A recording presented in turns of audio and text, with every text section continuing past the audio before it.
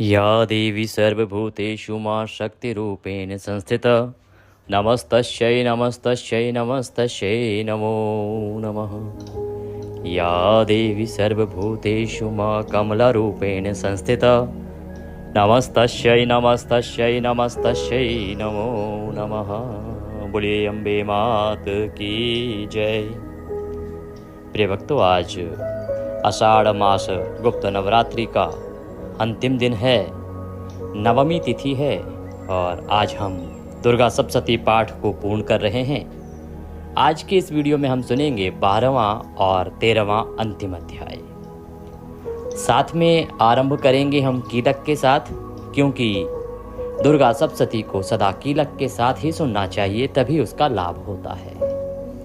हमने पहले भी वृतांत में बताया है कि क्योंकि ये बहुत ही शक्तिशाली मंत्रों से संबंधित पाठ है, इसमें बड़े ही शक्तिशाली मंत्र आते हैं, इसीलिए भगवान शंकर ने इसे कीलित कर दिया था, कील दिया था, जिससे कि लोग इसका अनुचित लाभ ना ले पाएं, कुछ अनुचित प्रयोग ना कर पाएं। इसीलिए पाठ को आरंभ करने से पहले इसे कीलन से मुक्त करना चाहिए और पहले कीलक पढ़ना चाहिए। साथ ही जब आप श्री दुर्गा कवच के साथ इसका पाठ करते हैं तो यह और अधिक प्रभावशाली हो जाता है। इसीलिए हम सदा आपको इसी विधि से पाठ सुनाते हैं जो शास्त्रों में वर्णित होती है। तो पहले हम सुनेंगे कीलक, तदोपरांत दुर्गा रक्षा कवच और फिर आज के अंतिम अध्याय 12वां और 13वां अध्याय तथा दुर्गा सप्तशती को पूर्ण करेंगे।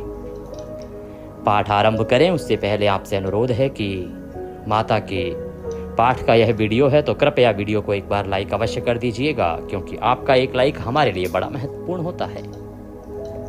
माता रानी की कृपा प्राप्त करने के लिए, अपने अनुष्ठान की सफलता के लिए कमेंट बॉक्स में अवश्य लिखिएगा जय माता दी या जय माँ कमला। आज माता के कमला स्वरूप का पूजन होता है, क्योंकि देवी कमला जो हैं आपको धन धान्य देने वाली हैं, आपके भंडारे भरने वाली हैं, आपके घर में खुशियां देने वाली हैं। ये अंतिम दिन बहुत महत्वपूर्ण है प्रिय भक्तों। हमने कमला शस्त्र नाम भी अपलोड किया है, उसको भी अगर संभव हो तो सुनिएगा। आज के दिन बड़ा कल्याणकारी है। और आज लक्ष्मी शस्त्र नाम भी आपको सुनना चाहिए, क्योंकि अंतिम नवरात्रि है और कमला माँ लक्ष्मी का ही स्वरूप है, इसीलिए आपको लक्ष्मी शस्त्र नाम भी आज सुनना चाहिए। शुक्रवार का दिन है और नवरात्रि का दिन है। आज माता का ये पाठ अगर आप सुनते हैं तो बड़ा कल्याणकारी रहेगा। हमने आपके लिए लक्ष्मी शस्त्र नाम भी अपने चैनल पर अपलोड किया है, तो कृपया उसका भी आप अवश्य ही माता का आशीर्वाद उसके माध्यम से प्राप्त कीजिएगा। आप देख रहे हैं देवभूमि ज्योतिष संस्थान का प्रतिष्ठित यूट्यूब चैनल देवभूमि धार्मिक। हम यहाँ पर सभी व्रत और त्योहारों की सही शास्त्रीय जानकारी प्रदान करते हैं। ज्योतिष शास्त्र और पंचांग के आधार पर आपको बताते हैं कि कौन सी तिथि कब है, व्रत आदि कब करना है, क्या मुहूर्त है, क्या घड़ी है, क्या नियम है, कैसे आपको पाठ पूजा आदि करनी चाहिए। तो यदि आप सभी व्रत और त्योहारों की सही शास्त्रीय जानकारी प्राप्त करते रहना चाहते हैं तो कृपया चैनल को अभी सब्सक्राइब कीजिएगा और बेल आइकन को प्रेस कीजिएगा। जब आप सब्सक्राइब का बटन दबाएंगे तो उसके बाद वहाँ पर एक घंटी का निशान बना हुआ आ जाएगा। उस घंटी के निशान को, बेल के निशान को अवश्य दबाइएगा, तभी आपको हमारे वीडियोस मिलेंगे, अन्यथा आपको वीडियोस प्राप्त नहीं होंगे। तो कृपया चैनल को सब्सक्राइब करें और बेल आइकन को प्रेस करें। आइए प्रिय भक्तों, आरंभ करते हैं आज का पाठ। सबसे पहले कीलक, तदोपरांत दुर्गा सप्तशती और फिर 12वां और 13वां अध्याय। अथ कीलकम। ओम नमः चंडिकायै। चंडिका देवी को नमस्कार है। मार्कंडेय जी कहते हैं कि विशुद्ध ज्ञान ही जिनका शरीर है, तीनों वेद ही जिनके 3 दिव्य नेत्र हैं, जो कल्याण प्राप्ति के हेतु हैं तथा अपने मस्तक पर अर्धचंद्र का मुकुट धारण करते हैं, उन भगवान शिव को नमस्कार है। मंत्रों का जो अभिकीलक है, अर्थात मंत्रों की सिद्धि में विघ्न उपस्थित करने वाले शाप रूपी कीलक का जो निवारण करने वाला है, उस सप्तशती स्तोत्र को संपूर्ण रूप से जानना चाहिए और जानकर उसकी उपासना करनी चाहिए। यद्यपि सप्तशती के अतिरिक्त अन्य मंत्रों के जप में भी जो निरंतर लगा रहता है वह भी कल्याण का भागी होता है। उसकी भी उच्चाटन आदि कर्म सिद्ध होते हैं तथा उसे भी समस्त दुर्लभ वस्तुओं की प्राप्ति होती है। तथापि जो अन्य मंत्रों का जप न करके केवल इस सप्तशती नामक स्तोत्र से ही देवी की स्तुति करते हैं, उन्हें स्तुति मात्र से ही सच्चिदानंदन स्वरूपिणी देवी सिद्ध हो जाती हैं। उन्हें अपने कार्य की सिद्धि के लिए मंत्र, औषधि तथा अन्य किसी साधन के उपयोग की आवश्यकता नहीं रहती। बिना जप के ही उनके उच्चाटन आदि समस्त आभिचारिक कर्म सिद्ध हो जाते हैं। इतना ही नहीं, उनकी संपूर्ण अभीष्ट वस्तुएं भी सिद्ध होती हैं। लोगों के मन में यह शंका थी कि जब केवल सप्तशती उपासना से अथवा सप्तशती को छोड़कर अन्य मंत्रों की उपासना से भी समान रूप से सब कार्य सिद्ध होते हैं, तब इनमें श्रेष्ठ कौन सा साधन है। लोगों की शंका को सामने रखकर भगवान शंकर ने अपने पास आए हुए जिज्ञासुओं को समझाया कि यह सप्तशती नामक संपूर्ण स्तोत्र ही सर्वश्रेष्ठ एवं कल्याणमय है। तदंतर भगवती चंडिका के सप्तशती नामक स्तोत्र को महादेव जी ने गुप्त कर दिया। सप्तशती के पाठ से जो पुण्य प्राप्त होता है उसकी कभी समाप्ति नहीं होती है, किंतु अन्य मंत्रों के जप जन्य पुण्य की समाप्ति हो जाती है। अर्थात अन्य मंत्रों के द्वारा जो पुण्य प्राप्त किया जाता है वो क्षय होता है। अतः भगवान शिव ने अन्य मंत्रों की अपेक्षा जो सप्तशती की ही श्रेष्ठता निर्णय किया है, उसे यथार्थ ही जानना चाहिए। अन्य मंत्रों का जप करने वाला पुरुष भी यदि सप्तशती के स्तोत्र और जप का अनुष्ठान कर ले तो वह भी पूर्ण रूप से ही कल्याण का भागी होता है। इसमें तनिक भी संदेह नहीं है। जो साधक कृष्ण पक्ष की चतुर्दशी अथवा अष्टमी को एकाग्रचित होकर भगवती की सेवा में अपना सर्वस्व समर्पित कर देता है और फिर उसे प्रसाद रूप से ग्रहण करता है, उसी पर भगवती प्रसन्न होती हैं, अन्यथा उनकी प्रसन्नता नहीं प्राप्त होती। इस प्रकार सिद्धि के प्रतिबंधक रूप कीलक के द्वारा महादेव जी ने इस स्तोत्र को कीलित कर रखा है, जो पूर्वोक्त रीति से निष्कीलन करके इस सप्तशती स्तोत्र का प्रतिदिन स्पष्ट उच्चारण पूर्वक पाठ करता है, वह मनुष्य सिद्ध हो जाता है। वही देवी का पार्षद होता है और वही गंधर्व भी होता है। सर्वत्र विचरते रहने पर इस संसार में उसे कहीं भी भय नहीं होता है। वह अल्प मृत्यु के वश में नहीं पड़ता तथा देह त्यागने के अनंतर मोक्ष प्राप्त करता है। अतः कीलन को जानकर उसका परिहार करके ही सप्तशती पाठ आरंभ करें। जो ऐसा नहीं करता उसका नाश होता है। इसीलिए कीलक और निष्कीलन का ज्ञान प्राप्त करना अनिवार्य हो जाता है। कीलक और निष्कीलन का ज्ञान प्राप्त करने पर ही यह स्तोत्र निर्दोष होता है और विद्वान पुरुष इस निर्दोष स्तोत्र का ही पाठ आरंभ करते हैं। स्त्रियों में जो कुछ भी सौभाग्य आदि दृष्टिगोचर होता है वह सब देवी के प्रसाद का ही फल है। अतः इस कल्याणमय स्तोत्र का सदा जप करना चाहिए। इस स्तोत्र का मंद स्वर से पाठ करने पर स्वल्प फल की प्राप्ति होती है और उच्च स्वर से पाठ करने पर पूर्ण फल की सिद्धि होती है। अतः उच्च स्वर से ही इसका पाठ आरंभ करना चाहिए। जिनके प्रसाद से ऐश्वर्य, सौभाग्य, आरोग्य, संपत्ति, शत्रुनाश तथा परम मोक्ष भी सिद्ध होती है, उस कल्याणमयी जगदम्बा की स्तुति मनुष्य क्यों नहीं करते। इति देव्या कीलक स्तोत्रम संपूर्णम। आइए दुर्गा कवच आरंभ करते हैं, उसके बाद दुर्गा सप्तशती आरंभ करेंगे। मार्कंडेय जी ने कहा, हे पितामह, जो इस संसार में परम गोपनीय तथा मनुष्यों की सब प्रकार से रक्षा करने वाला है और जो अब तक आपने दूसरे किसी के सामने प्रकट नहीं किया हो, ऐसा कोई साधन मुझे बताइए। ब्रह्मा जी बोले, हे ब्राह्मण, ऐसा साधन तो एक देवी का कवच ही है, जो गोपनीय से भी परम गोपनीय है, पवित्र तथा संपूर्ण प्राणियों का उपकार करने वाला है। महामुने, उसे श्रवण करो, मैं आपको सुनाता हूँ। ब्रह्मा जी आगे कहते हैं कि प्रथम नाम शैलपुत्री, दूसरी मूर्ति का नाम ब्रह्मचारिणी और तीसरा स्वरूप चंद्रघंटा के नाम से प्रसिद्ध है। चौथी मूर्ति को कुष्मांडा कहते हैं। पांचवी दुर्गा का नाम स्कंद माता है। देवी के छठे रूप को कात्यायनी कहते हैं। सातवां कालरात्रि और आठवां स्वरूप महागौरी के नाम से प्रसिद्ध है। नवी दुर्गा का नाम सिद्धिदात्री है।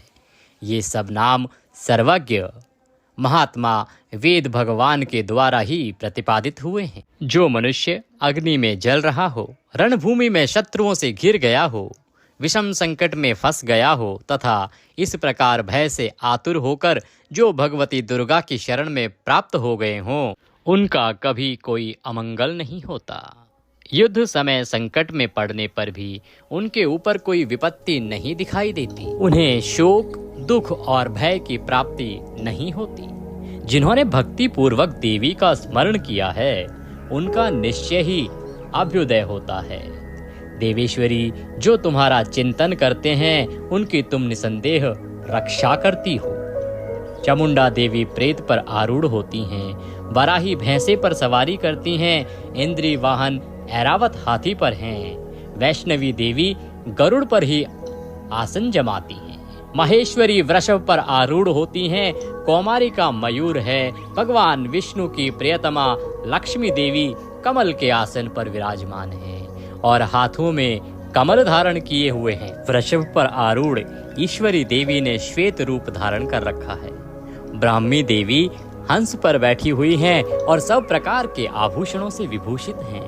इस प्रकार ये सभी माताएं सब प्रकार की योग शक्तियों से संपन्न हैं। इनके सिवा और भी बहुत सी देवियां हैं जो अनेक प्रकार के आभूषणों की शोभा से युक्त तथा नाना प्रकार के रत्नों से सुशोभित हैं। ये संपूर्ण देवियां क्रोध में भरी हुई हैं और भक्तों की रक्षा के लिए रथ पर बैठी दिखाई देती हैं। ये शंख, चक्र, गदा, शक्ति, हल और मूसल, खेटक और तोमर, परशु तथा पाश, कुंत और त्रिशूल एवं उत्तम शंख, धनुष आदि अस्त्र शस्त्र अपने हाथ में धारण करती हैं। दैत्यों के शरीर का नाश करना, भक्तों को अभयदान देना और देवताओं का कल्याण करना, यही उनका शस्त्र धारण करने का उद्देश्य है। महान रौद्र रूप, अत्यंत घोर पराक्रम, महान बल और महान उत्साह वाली देवी, तुम महान भय का नाश करने वाली हो। तुम्हें नमस्कार है। तुम्हारी ओर देखना भी कठिन है। शत्रुओं का भय बढ़ाने वाली जगदम्बिके, मेरी रक्षा करो।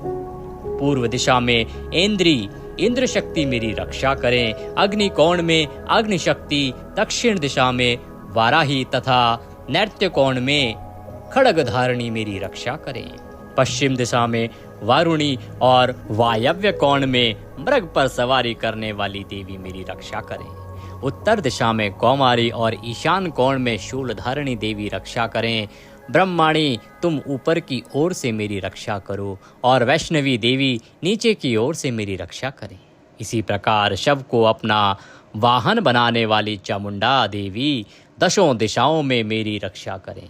जया आगे से और विजया पीछे से मेरी रक्षा करें। वामन भाग में अजिता और दक्षिण भाग में अपराजिता रक्षा करें। द्योतनी शिखा की रक्षा करें। उमा मेरे मस्तक पर विराजमान होकर रक्षा करें। ललाट में मालाधरी रक्षा करें और यशस्विनी देवी मेरी भौहों का संरक्षण करें। भौहों के मध्य भाग में त्रिनेत्रा और नथनों की यमघंटा देवी रक्षा करें। नासिका में सुगंधा और ऊपर के होठ में चर्चिका देवी रक्षा करें। नीचे के होठ में अमृत कला तथा जिह्वा में सरस्वती रक्षा करें। कौमारी दांतों की और चंडिका कंठ प्रदेश की रक्षा करें। चित्र घंटा गले की घंटी और महामाया तालु में रहकर रक्षा करें। कामाक्षी ठोड़ी की और सर्वमंगला मेरी वाणी की रक्षा करें। भद्रकाली ग्रीवा में और धनुर्धरी पृष्ठवंश में अर्थात मेरुदंड में रहकर मेरी रक्षा करें। कंठ के बाहरी भाग में नीलग्रीवा और कंठ की नली में नलकुबरी रक्षा करें। दोनों कंधों में खड्गनी और मेरी दोनों भुजाओं की वज्रधारणी रक्षा करें। दोनों हाथों में दंडनी और उंगलियों में अंबिका रक्षा करें। शूलेश्वरी नखों की रक्षा करें। कुलेश्वरी कुक्षी अर्थात पेट में रहकर रक्षा करें। महादेवी दोनों स्तनों की और शोक विनाशिनी देवी मन की रक्षा करें। ललिता देवी हृदय में और शूल धारणी उदर में रहकर रक्षा करें। नाभि में कामिनी और गुहा भाग में गुहेश्वरी रक्षा करें। पूतना और कामिका लिंग की और महिष वाहिनी गुदा की रक्षा करें। भगवती कटी भाग में और विंध्यवासिनी घुटनों की रक्षा करें। संपूर्ण कामनाओं को देने वाली महाबला देवी दोनों पिंडलियों की रक्षा करें। नारसिंगी दोनों घुट्टियों की और तेजसी देवी दोनों चरणों के पृष्ठभाग की रक्षा करें। श्री देवी पैरों की उंगलियों में और तलवासिनी पैरों के तलुओं में रहकर रक्षा करें। अपनी दाढ़ों के कारण भयंकर दिखाई देने वाली संस्त्रकाली देवी नखों की और ऊर्ध्वकेशिनी देवी केशों की रक्षा करें। रोमावलियों में छिद्रों में कुबेरी और त्वचा की वागीश्वरी देवी रक्षा करें। पार्वती देवी रक्त मज्जा वसा और मांस हड्डी और मेद की रक्षा करें। आंतों की कालरात्रि और पित्त की मुकुटेश्वरी रक्षा करें। मूलाधार आदि कमल कोशों में पद्यावती देवी, कफ में चूड़ामणि देवी स्थित होकर रक्षा करें। नख के तेज की ज्वालामुखी रक्षा करें, जिसका किसी भी अस्त्र से भेदन नहीं हो सकता। वह अभेद्या देवी मेरे शरीर की समस्त संधियों में रहकर रक्षा करें। ब्राह्मणी आप मेरे वीर्य की रक्षा करें।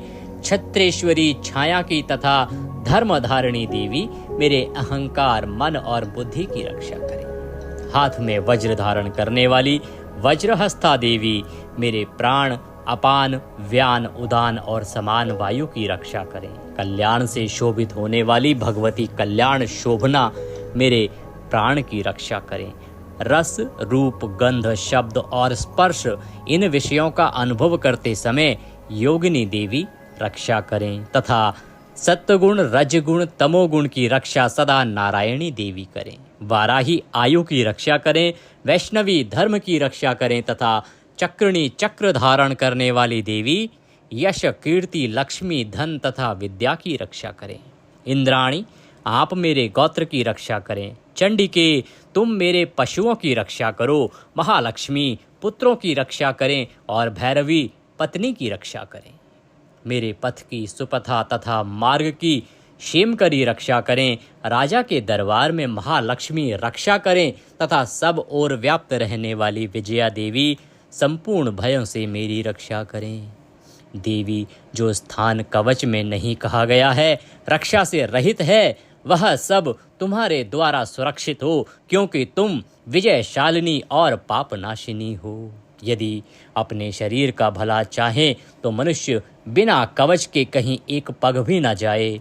कवच का पाठ करके ही यात्रा करें। कवच के द्वारा सब ओर से सुरक्षित मनुष्य जहाँ जहाँ भी जाता है वहाँ वहाँ उसे धन लाभ होता है तथा संपूर्ण कामनाओं की सिद्धि करने वाली विजय की प्राप्ति होती है। वह जिस जिस अभीष्ट वस्तु का चिंतन करता है उसको निश्चय ही प्राप्त कर लेता है। वह पुरुष इस पृथ्वी पर तुलना रहित महान ऐश्वर्य का भागी होता है। कवच से सुरक्षित मनुष्य निर्भय हो जाता है। युद्ध में उसकी पराजय नहीं होती तथा वह तीनों लोकों में पूजनीय होता है। देवी का यह कवच देवताओं के लिए भी दुर्लभ है। जो प्रतिदिन नियम पूर्वक तीनों संध्याओं के समय श्रद्धा के साथ इसका पाठ करता है उसे देवी कला प्राप्त होती है तथा वह तीनों लोकों में कहीं भी पराजित नहीं होता। इतना ही नहीं, वह अपमृत्यु रहित हो 100 से भी अधिक वर्षों तक जीवित रहता है। मकरी चेचक कोढ़ आदि सभी उसकी संपूर्ण व्याधियां नष्ट हो जाती हैं। कनेर भांग अफीम धतूरे आदि का स्थावर विष सांप और बिच्छू आदि के काटने से चढ़ा हुआ विष तथा अहिफेन तेल के संयोग आदि से बनने वाला कृत्रिम विष, ये सभी प्रकार के विष दूर हो जाते हैं, उनका कोई असर नहीं होता। इस पृथ्वी पर मारण मोहन आदि जितने आभिचारिक प्रयोग होते हैं तथा इस प्रकार के मंत्र यंत्र होते हैं, वे सब इस कवच को हृदय में धारण कर लेने पर उस मनुष्य को देखते ही नष्ट हो जाते हैं। यही नहीं, पृथ्वी पर विचरने वाले ग्राम देवता, आकाशचारी देव, विशेष जल के संबंध से प्रकट होने वाले गण, उपदेश मात्र से सिद्ध होने वाले निम्न कोटि के देवता, अपने जन्म के साथ प्रकट होने वाले देवता, कुल देवता, माला, कंठमाला आदि, डाकिनी, शाकिनी, अंतरिक्ष में विचरण करने वाली अत्यंत बलवती भयानक डाकिनियां, ग्रह, भूत, पिशाच, यक्ष, गंधर्व, राक्षस, ब्रह्म राक्षस, बेताल, कुष्मांडा और भैरव आदि अनिष्टकारक देवता भी हृदय में कवच धारण किए रहने पर उस मनुष्य को देखते ही भाग जाते हैं। कवचधारी पुरुष को राजा के सम्मान वृद्धि प्राप्त होती है। यह कवच मनुष्य के तेज की वृद्धि करने वाला और उत्तम है। कवच का पाठ करने वाला पुरुष अपनी कीर्ति से विभूषित भूतल पर अपने सुयश के साथ साथ वृद्धि को प्राप्त होता है। जो पहले कवच का पाठ करके उसके बाद सप्तशती चंडी का पाठ करता है, उसकी जब तक वन, पर्वत और काननों सहित यह पृथ्वी टिकी रहती है, तब तक यहाँ पुत्र, पौत्र आदि संतान परंपरा बनी रहती है। देह का अंत होने पर वह पुरुष भगवती महामाया के प्रसाद से नित्य परम पद को प्राप्त होता है, जो देवताओं के लिए भी दुर्लभ है। वह सुंदर दिव्य रूप धारण करता और कल्याण शिव के साथ आनंद का भागी होता है। इति दिव्य कवचम संपूर्ण। बोलिए दुर्गे मात की जय। ये हमने चंडी कवच सुना, वो यहाँ पूर्ण होता है। अब हम दुर्गा सप्तशती सुनेंगे। इसके साथ दुर्गा सप्तशती का अध्याय, कई बार लोग पूछते हैं जी आप तो सप्तशती का पाठ सुना रहे थे, बीच में ये क्यों सुनाया? तो आपने चंडी कवच के अंत में सुना ही होगा कि चंडी कवच के साथ दुर्गा सप्तशती यदि आप सुनते हैं तो उसका लाभ ही कुछ अलग है। हर एक पुस्तक, हर एक पाठ, हर एक स्तोत्र के साथ कुछ चीज़ें जुड़ी होती हैं। यदि हम उनका साथ साथ अध्ययन करते हैं, पठन करते हैं, श्रवण करते हैं, तो उससे वह पुण्य कई गुना अधिक बढ़ जाता है। तो दुर्गा सप्तशती का प्रभाव इस पाठ के दुर्गा कवच के पहले कर लेने से कहीं अधिक बढ़ जाएगा। अब आप दुर्गा सप्तशती का अध्याय सुनेंगे। आइए अब आरंभ करते हैं दुर्गा सप्तशती का 12वां अध्याय। सबसे पहले देवी का ध्यान करेंगे, तदुपरांत वृतांत आरंभ होगा। इसमें देवी चरित्रों के पाठ का महात्म्य कहा जाएगा। मैं 3 नेत्रों वाली दुर्गा देवी का ध्यान करता हूँ। उनके श्रीअंगों की प्रभा बिजली के समान है। वे सिंह के कंधे पर बैठी हुई हैं और भयंकर प्रतीत होती हैं। हाथों में तलवार और ढाल लिए अनेक कन्याएं उनकी सेवा में खड़ी हैं। वे अपने हाथों में चक्र, गदा, तलवार, ढाल, बाण, धनुष, पाश और तर्जनी मुद्रा धारण किए हुए हैं। उनका स्वरूप अग्नि में है तथा वे माथे पर चंद्रमा का मुकुट धारण करती हैं। मैं इस प्रकार की देवी को नमस्कार करता हूँ। देवी बोली, देवताओं, जो एकाग्र चित्त होकर प्रतिदिन इन स्तुतियों से मेरा स्तवन करेगा, उसकी सारी बाधा मैं निश्चय ही दूर कर दूंगी। जो मधुकैटभ का नाश, महिषासुर का वध तथा शुंभ निशुंभ के संहार के प्रसंग का पाठ करेंगे तथा अष्टमी, चतुर्दशी और नवमी को भी जो एकाग्रचित होकर भक्तिपूर्वक मेरे उत्तम महात्म्य का श्रवण करेंगे, उन्हें कोई पाप नहीं छू सकेगा। उन पर पाप जनित आपत्तियां भी नहीं आएंगी। उनके घर में कभी दरिद्रता नहीं होगी तथा उनको कभी प्रेमी जनों के विछोह का कष्ट भी नहीं भोगना पड़ेगा। इतना ही नहीं, उन्हें शत्रु से, लुटेरों से, राजा से, शस्त्र से, अग्नि से तथा जल की राशि से भी कभी भय नहीं होगा। इसलिए सबको एकाग्रचित्त होकर भक्तिपूर्वक मेरे इस महात्म्य को सदा पढ़ना और सुनना चाहिए। यह परम कल्याणकारक है। मेरा महात्म्य महामारी जनित समस्त उपद्रवों तथा आध्यात्मिक आदि तीनों प्रकार के उत्पातों को शांत करने वाला है। मेरे जिस मंदिर में प्रतिदिन विधिपूर्वक मेरे इस महात्म्य का पाठ किया जाता है, उस स्थान को मैं कभी नहीं छोड़ती। वहाँ सदा ही मेरा सन्निधान बना रहता है।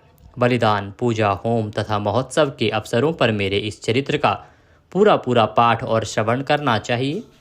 ऐसा करने पर मनुष्य विधि को जानकर या बिना जाने भी मेरे लिए जो बलि, पूजा या होम आदि करेगा, उसे मैं बड़ी प्रसन्नता के साथ ग्रहण करूंगी। शरद काल में जो वार्षिक महापूजा की जाती है, उस अवसर पर जो मेरे इस महात्म्य को भक्ति पूर्वक सुनेगा, वह मनुष्य मेरे प्रसाद से सब बाधाओं से मुक्त तथा धन, धान्य एवं पुत्र से संपन्न होगा। इसमें तनिक भी संदेह नहीं है। मेरे इस महात्म्य में मेरे प्रादुर्भाव की सुंदर कथाएं तथा युद्ध में किए हुए मेरे पराक्रम सुनने से मनुष्य निर्भय हो जाता है।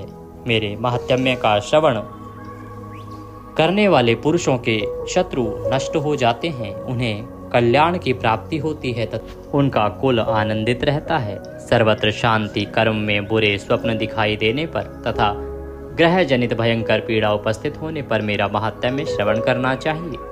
इससे सब विघ्न तथा भयंकर ग्रह पीड़ाएं शांत हो जाती हैं और मनुष्यों द्वारा देखा हुआ दुस्वप्न शुभ स्वप्न में परिवर्तित हो जाता है।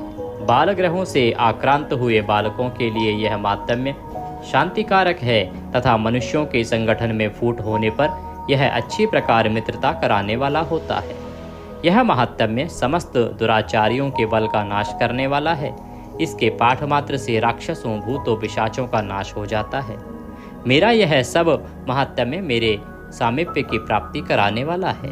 पशु, पुष्प, अर्घ्य, धूप, दीप, गंध आदि उत्तम सामग्रियों द्वारा पूजन करने से, ब्राह्मणों को भोजन कराने से, होम करने से, प्रतिदिन अभिषेक करने से, नाना प्रकार के अन्य भोगों का अर्पण करने से तथा दान देने आदि से 1 वर्ष तक जो मेरी आराधना की जाती है और उससे मुझे जितनी प्रसन्नता होती है उतनी प्रसन्नता मेरे इस उत्तम चरित्र का एक बार श्रवण करने मात्र से हो जाती है। यह महात्म्य श्रवण करने पर पापों को हर लेता है और आरोग्य प्रदान करता है। मेरे प्रादुर्भाव का कीर्तन समस्त भूतों से रक्षा करता है तथा मेरा युद्ध विषय चरित्र दुष्ट दैत्यों का संहार करने वाला है। इसके श्रवण करने पर मनुष्यों को शत्रु का भय नहीं रहता। देवताओं, तुमने और ब्रह्म ऋषियों ने जो मेरी स्तुति की है तथा ब्रह्मा जी ने जो स्तुतियां की हैं वे सभी कल्याणमयी बुद्धि प्रदान करती हैं।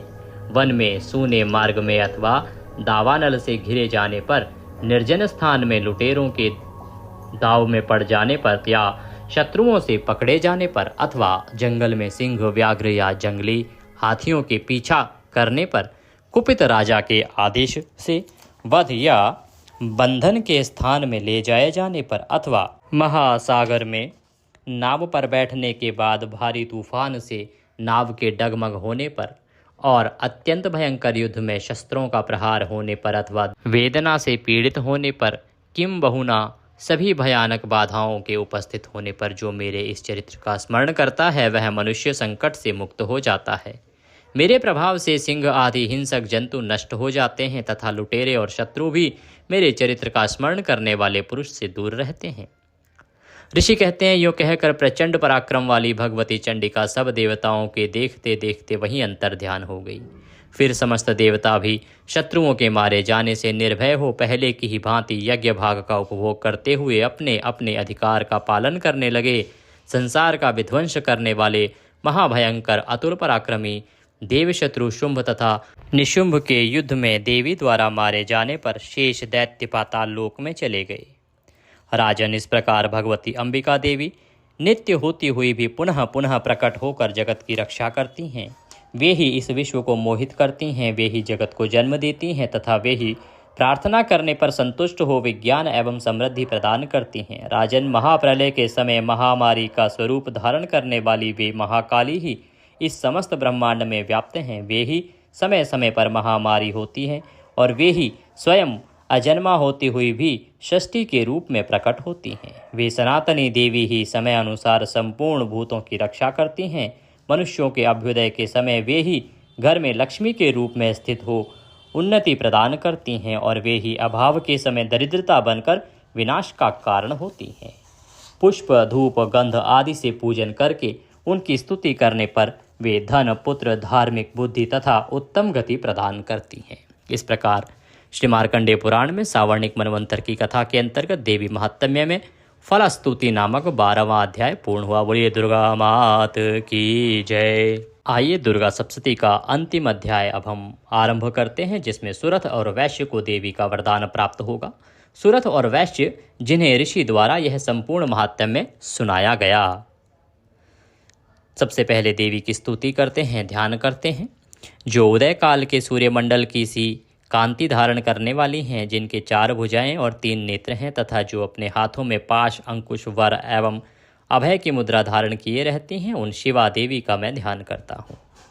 ऋषि कहते हैं, राजन, इस प्रकार मैंने तुमसे देवी के उत्तम महात्म्य का वर्णन किया। जो इस जगत को धारण करती हैं उन देवी का ऐसा ही प्रभाव है। वे ही विद्या ज्ञान उत्पन्न करती हैं। भगवान विष्णु की माया स्वरूपा उन भगवती के द्वारा ही तुम ये वैश्य तथा अन्य अन्य विवेकी जन मोहित हुए हैं तथा आगे भी मोहित होंगे। महाराज, तुम उन्हीं परमेश्वरी की शरण में जाओ। आराधना करने पर वे ही मनुष्यों को भोग, स्वर्ग तथा मोक्ष प्रदान करती हैं। मार्कंडेय जी कहते हैं कि क्रोष्टिक जी मेधा मुनि के ये वचन सुनकर राजा सुरथ ने उत्तम व्रत का पालन करने वाले उन महाभाग महर्षि को प्रणाम किया। वे अत्यंत ममता और राज्यपहरण से बहुत खिन्न हो चुके थे। महामुनि इसलिए विरक्त होकर वे राजा तथा वैश्य तत्काल तपस्या को चले गए और वे जगदम्बा के दर्शन के लिए नदी के तट पर रहकर तपस्या करने लगे। वे वैश्य उत्तम देवी सूक्त का जप करते हुए तपस्या में प्रवृत्त हुए। वे दोनों नदी के तट पर देवी की मिट्टी की मूर्ति बनाकर पुष्प, धूप, हवन आदि के द्वारा उनकी आराधना करने लगे। उन्होंने पहले तो आहार को धीरे धीरे कम किया, फिर बिल्कुल निराहार रहकर देवी में ही मन लगाए एकाग्रता पूर्वक उनका चिंतन आरंभ किया। वे दोनों अपने शरीर के रक्त से प्रोक्षित बलि देते हुए लगातार 3 वर्ष तक संयम पूर्वक आराधना करते रहे। इस पर प्रसन्न होने पर जगत को धारण करने वाली चंडिका देवी ने प्रत्यक्ष दर्शन देकर कहा।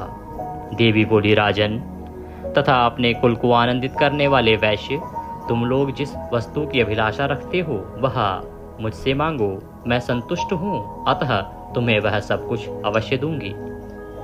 मार्कंडेय जी कहते हैं कि तब राजा ने दूसरे जन्म में नष्ट न होने वाला राज्य मांगा तथा इस जन्म में भी शत्रुओं की सेना को बलपूर्वक नष्ट करके पुनः अपना राज्य प्राप्त करने का वरदान मांगा। वैश्य का चित्त संसार की ओर से खिन्न एवं विरक्त हो चुका था और वे बड़े बुद्धिमान थे, अतः उस समय उन्होंने तो ममता और अहंता रूप आसक्ति का नाश करने वाला ज्ञान मांगा। देवी बोली, राजन तुम थोड़े ही दिनों में शत्रुओं को मारकर अपना राज्य प्राप्त कर लोगे।